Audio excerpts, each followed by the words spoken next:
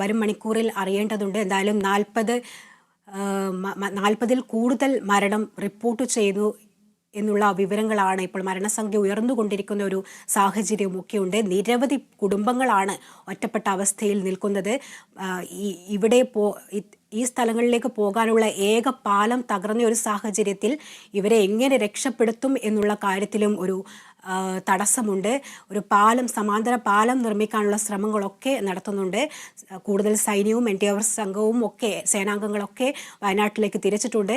എന്തായാലും കാലാവസ്ഥ മോശമായി തുടരുന്ന ഒരു സാഹചര്യത്തിൽ ഹെലികോപ്റ്റർ അടക്കം കോഴിക്കോട് ഇറക്കേണ്ടി വരുന്ന ഒരു അവസ്ഥയിലേക്കും കാര്യങ്ങൾ പോകുന്നുണ്ട്. ഇതിൻ്റെ കൂടുതൽ വിശദാംശങ്ങൾ നൽകാൻ അതുല്യ രാമചന്ദ്രനും കൂടി നമ്മളോടൊപ്പം ചേരുന്നുണ്ട്. അതുല്യ, വളരെ ദുഃഖകരമായ വാർത്തകളാണ് നമ്മൾ റിപ്പോർട്ട് ചെയ്തുകൊണ്ടിരിക്കുന്നത്. ഓരോ സെക്കൻഡ് കൊണ്ടും മരണസംഖ്യ ഉയർന്ന ഒരു സാഹചര്യം. ഇപ്പോൾ 40-ൽ കൂടുതൽ ആളുകൾ മരിച്ചു എന്നുള്ള ഒരു വിവരവും കൂടി പുറത്തു വരുന്നത്. ഇതിൻ്റെ ഒരു സ്ഥിരീകരണം ഉണ്ടായിട്ടുണ്ടോ?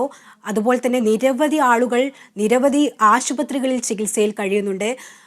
അവരുടെ അവസ്ഥകൾ എങ്ങനെയാണ്, അതുപോലെ തന്നെ എത്ര പേർക്ക് പരിക്കേറ്റിട്ടുണ്ട് എന്നുള്ള വിവരവും കൂടി കൃത്യത വരേണ്ടതുണ്ട്. എങ്ങനെയാണ് ഏറ്റവും പുതിയ വിവരങ്ങൾ എങ്ങനെയാണ്? ശ്രുതി, നിലവിൽ 43 മരണസംഖ്യയാണ് രേഖപ്പെടുത്തിയിട്ടുള്ളത്. എന്നാൽ ഈ മരണസംഖ്യ ഇനിയും ഉയരാനാണ് സാധ്യത. കാരണം ദൃശ്യങ്ങളിൽ നിന്ന് നമുക്ക് വ്യക്തമാകുന്നത് പോലെ തന്നെ വലിയൊരു പ്രദേശം ഒന്നാകെ ചെളിയിൽ പുതങ്ങി കിടക്കുകയാണ്. പലയിടത്തും കടകളും അതുപോലെ തന്നെ വീടുകളും ഉണ്ടായിരുന്ന ഇടത്ത് ഒന്നും കാണാത്ത രീതിയിൽ ചെളി മാത്രമാണ് ഉള്ളത്. അതുകൊണ്ട് തന്നെ ഈ മണ്ണിനടിയിൽ ആരെങ്കിലും കുടുങ്ങിക്കിടക്കുന്നുണ്ടോ എന്നുള്ള കാര്യമൊന്നും ഇപ്പോഴും നമുക്ക് സ്ഥിരീകരിക്കാനായിട്ടില്ല. നിരവധി പേരെ കാണാതായിട്ടുണ്ട് എന്ന വിവരമല്ലാതെ ഇവരെവിടെയായിരുന്നു, അല്ലെങ്കിൽ ഇവർ മണ്ണിനടിയിൽ ഇപ്പോഴും കുടുങ്ങിക്കിടക്കുന്നുണ്ടോ മുതലായ കാര്യങ്ങൾ തിരിച്ചറിഞ്ഞു വരുന്നതേ ഉള്ളൂ. അതുകൊണ്ട് തന്നെ മണിക്കൂറുകൾ കഴിയും തോറും, അല്ലെങ്കിൽ രക്ഷാപ്രവർത്തനം ഊർജിതമാകും തോറും ഒരു പക്ഷേ മരണസംഖ്യ ഉയരാൻ തന്നെയാണ് സാധ്യത. നിലവിൽ 70 മുതൽ 100 വരെ ആളുകൾ വിവിധ ആശുപത്രികളിലായി പരിക്കുകളോടെ ചികിത്സയിലുണ്ട്. ഇതിൽ വിദേശ പൗരന്മാരും ഉൾപ്പെടുന്നുണ്ട്. അതോടൊപ്പം ഇപ്പോൾ മൃതദേഹങ്ങളുടെ കാര്യം പറയുകയാണെങ്കിൽ 18 മൃതദേഹങ്ങൾ മേപ്പാടി ആശുപത്രിയിൽ സൂക്ഷിച്ചിട്ടുണ്ട്. 6 മൃതദേഹങ്ങൾ സ്വകാര്യ ആശുപത്രിയിലുണ്ട്. മാത്രമല്ല ഇതിൽ നിരവധി മൃതദേഹങ്ങൾ ഈ വയനാട്ടിൽ നിന്നും ഒഴുകി ചാലിയാർ പുഴയിലൂടെ ഒഴുകി മലപ്പുറം, പോത്തുകല്ല്, കുനിപ്പാല തുടങ്ങിയ പ്രദേശങ്ങളിൽ നിന്ന് വരെ ലഭിച്ചിട്ടുണ്ട്. ദൗർഭാഗ്യകരമായ ഒരു കാഴ്ച തന്നെയായിരുന്നു അത്. നമുക്ക് ദൃശ്യങ്ങളിലെല്ലാം കാണുന്നത് പോലെ തന്നെ ഇന്നലെ രാത്രി ഏതാണ്ട് പുലർച്ചയോടുകൂടി ഉണ്ടായ ഈ ഉരുൾപൊട്ടലിൽ, മലവെള്ളപ്പാച്ചിലിൽ ആ വെള്ളത്തിനൊപ്പം ഒഴുകി ചാലിയാർ പുഴയിലെത്തുകയും അവിടെ നിന്ന് ഈ ഒഴുകിയ മൃതദേഹങ്ങൾ പലതും ശരീരഭാഗങ്ങളായി മലപ്പുറത്ത് ചാലിയാർ പുഴയിൽ നിന്നുമാണ് ലഭിച്ചത്. അതിൽ നിന്ന് തന്നെ ഈ ദുരന്തത്തിൻ്റെ തീവ്രത എത്രത്തോളം ആയിരുന്നു എന്ന് നമുക്ക് വ്യക്തമാകാം. അത്രയധികം വേഗതയിൽ, അത്രയധികം ശക്തിയിൽ, അത്രയധികം വ്യാപ്തിയിലൊക്കെയാണ് ഈ ഒരു ദുരന്തം മലമുകളിൽ നിന്ന് ഇങ്ങനെ പൊട്ടിയൊലിച്ചു വന്നത്. നിലവിൽ അട്ടമല, ചൂരൽമല, മുണ്ടക്കൈ, മേപ്പാടി തുടങ്ങിയ പ്രദേശങ്ങളെയാണ് ഇത് വളരെയധികം ബാധിച്ചത്. ഈ വെള്ളാർമല GVHSS സ്കൂൾ ആദ്യ നില പൂർണ്ണമായും മണ്ണിനടിയിൽ, ചെളിക്കടിയിൽ മുങ്ങിയൊരു നിലയിലാണ്. വളരെയധികം പ്രകൃതി ഭംഗിയുള്ള ഒരു സ്കൂൾ എന്ന രീതിയിൽ സമൂഹ മാധ്യമങ്ങളിലെല്ലാം ഏറെ പ്രശസ്തമായ ഒരു സ്കൂളായിരുന്നു വെള്ളാർമല GVHSS. ഒരു വശത്തുകൂടെ ചെറിയൊരു അരുവിയും വലിയൊരു മൈതാനവും എല്ലാമായി വളരെയധികം റീൽസുകളിലൂടെയും മറ്റും ആഘോഷമായ ഒരു സ്കൂളായിരുന്നു വെള്ളാർമല.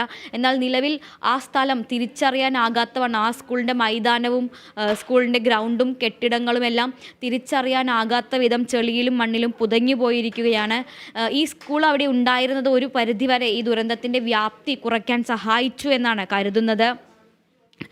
എന്തായാലും ഇപ്പോൾ ഇതിൽ പുറത്തു വരുന്ന പുതിയ വാർത്തകൾ എന്ന് പറയുന്നത്, ഇപ്പോൾ ഈ വയനാട്ടിലെ രക്ഷാപ്രവർത്തനം ഊർജിതമാക്കണം, അതുപോലെ തന്നെ രക്ഷാപ്രവർത്തനം യുദ്ധകാലാടിസ്ഥാനത്തിൽ നടത്താനുള്ള നടപടികൾ സ്വീകരിക്കണം. അതായത് കൃത്രിമമായ പാലം നിർമ്മിക്കുക, അതുപോലെ തന്നെ ബദൽ ഗതാഗത സംവിധാനങ്ങൾ. നിലവിൽ അവിടെ നേരിടുന്ന ഏറ്റവും വലിയ പ്രതിസന്ധി എന്നത് ഗതാഗത സംവിധാനങ്ങളില്ലാത്തതാണ്.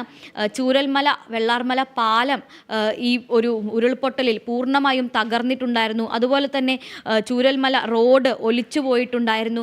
ഇതുകൊണ്ടൊക്കെ തന്നെ രക്ഷാപ്രവർത്തകർക്ക് അവിടേക്ക് എത്തിച്ചേരുക എന്നത് ആദ്യ മണിക്കൂറുകൾ തൊട്ടേ ദുഷ്കരമായിരുന്നു. ഇത്തരത്തിലൊരു സംഭവം, ഇത്ര വലിയൊരു ദുരന്തം നടന്നത് പുറം ലോകം അറിഞ്ഞ് അങ്ങോട്ട് രക്ഷാപ്രവർത്തകർ എത്തിച്ചേരുക എന്ന് പറയുന്നതാണ് ഏറ്റവും പ്രധാനമുള്ള കാര്യം. എന്നാൽ അതിന് തന്നെ വലിയ വെല്ലുവിളിയാണ് ആദ്യ മണിക്കൂറുകളിൽ നേരിട്ടിരുന്നത്. പ്രത്യേകിച്ചും പുലർച്ചെ ആ മഴ അപ്പോഴും നിന്നിട്ടുണ്ടായിരുന്നില്ല. ആ ഒരു സമയത്ത് ഇതിൻ്റെ ആദ്യ പ്രതികരണം അല്ലെങ്കിൽ ഫസ്റ്റ് റെസ്പോൺസ് ടീം എന്ന് പറയുന്ന ആ ഒരു ഫസ്റ്റ് റെസ്പോൺസ് ടീമിന് അവിടെ എത്താൻ ഇത് വളരെയധികം വെല്ലുവിളിയായിരുന്നു. അതോടൊപ്പം തന്നെ ഇരുട്ടും ഈ ചളിയിൽ പുതഞ്ഞു പോകുന്നതുമെല്ലാം വാഹനങ്ങളടക്കമുള്ളവ അവിടെ എത്തുന്നതിന് വലിയ പ്രതിസന്ധി സൃഷ്ടിച്ചിട്ടുണ്ടായിരുന്നു. അതുകൊണ്ട് തന്നെ നിലവിൽ ഏറ്റവും പ്രാധാന്യമുള്ള ഒരു കാര്യം ആളുകളെ രക്ഷപ്പെടുത്തുക എന്നതിനോടൊപ്പം തന്നെ ഈ രക്ഷപ്പെടുത്തിയ ആളുകൾക്ക് എത്രയും വേഗം മെഡിക്കൽ സഹായം എത്തിക്കുക, അതോടൊപ്പം തന്നെ ഇവരെ കൂടുതൽ സൗകര്യമുള്ള ആശുപത്രികളിലേക്ക് മാറ്റുക മുതലായ ആവശ്യങ്ങൾക്കായി ഒരു ബദൽ ഗതാഗത സംവിധാനം ഒരുക്കുക എന്നത് തന്നെയാണ്. തകർന്നുപോയ പാലങ്ങൾക്ക് പകരമായി താൽക്കാലികമായി യുദ്ധകാലാടിസ്ഥാനത്തിൽ സൈന്യത്തിൻ്റെ ഉപയോഗിച്ചുകൊണ്ട് പാലമടക്കം നിർമ്മിക്കുക, താൽക്കാലികമായി തടയണകൾ നിർമ്മിച്ചോ കല്ല് പാകിയോ റോഡുകൾ നിർമ്മിക്കുക മുതലായ കാര്യങ്ങൾ ചെയ്തുകൊണ്ട് നടപടികൾ ഊർജിതമാക്കണം എന്നാണ് നിലവിലെ ആവശ്യം. ഈ ആവശ്യം ഉന്നയിച്ചുകൊണ്ട് സഭയിൽ KC വേണുഗോപാൽ MP അടിയന്തര പ്രമേയം അവതരിപ്പിച്ചിട്ടുണ്ട്. സഭ നിർത്തിവെച്ച്